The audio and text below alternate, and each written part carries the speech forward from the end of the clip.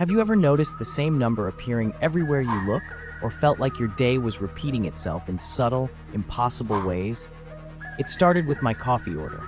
3 days in a row, I ordered at exactly 7:14 in the morning. Not 7:13, not 7:15, 7:14, down to the second. I only noticed because the timestamp on my receipt caught my eye. Coincidence, I thought. Nothing more. But then I realized I'd been taking the same number of steps from my apartment to the subway. 167 steps. Every single day. I counted obsessively for a week, and the number never changed. Not even when I tried to alter my pace, taking longer strides or shorter ones. Somehow, I always ended up at the platform entrance on step 167. The train arrived at 7:29. Every morning, same car, same seat. I started recognizing the other passengers, their positions relative to mine never shifting.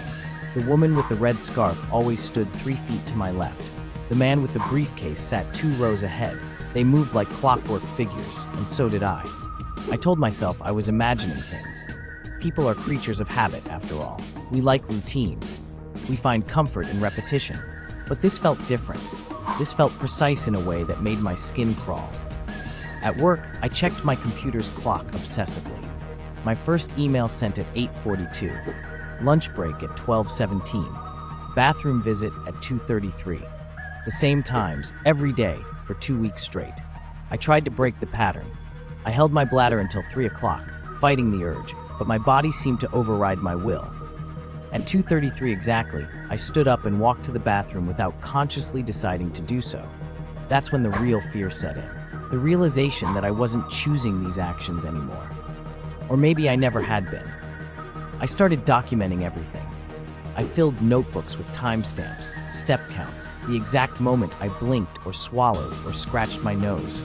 The patterns went deeper than I'd imagined. I blinked 73 times during my morning commute. I swallowed at precise 12-second intervals. Even my thoughts seemed to arrive on schedule. The same worry about my mother's health at 9:21. The same craving for chocolate at 3:47. I consulted a therapist. She suggested obsessive-compulsive disorder, anxiety, stress. She prescribed medication. But how could pills fix this? How could they explain the fact that I'd been wearing my blue shirt every Monday for 6 months, my gray shirt every Tuesday, following a pattern I'd never consciously established? I tried to rebel. I really did. I set my alarm for 6 instead of 6:30. But I woke up at 6:30 anyway, 2 minutes before the alarm I'd actually set, as if my body knew the proper schedule and refused to deviate. I tried ordering tea instead of coffee. The words wouldn't form in my mouth. I stood there, silent, until 7:14, when I heard myself order my usual black coffee with 2 sugars. Then I found the journal, my journal, hidden in the back of my closet, though I had no memory of putting it there. It contained entries dating back 5 years, all in my handwriting. Each page detailed my daily routine with obsessive precision. But these weren't records. They were predictions, instructions. The entry for today read like a script. Wake at 6:30, shower for 8 minutes, 167 steps to the subway. And there, at the bottom of the page, in my own handwriting, discover journal at 7:42 in the evening. Begin to understand at 7:43, accept the loop at 7:44. I checked my phone, 7:42. My hands trembled as I flipped to tomorrow's entry. It was already written, every moment accounted for, every action predetermined. I flipped ahead, days, weeks, months, years, all planned, all inevitable. The final entry was dated 50 years from now. It contained only one sentence.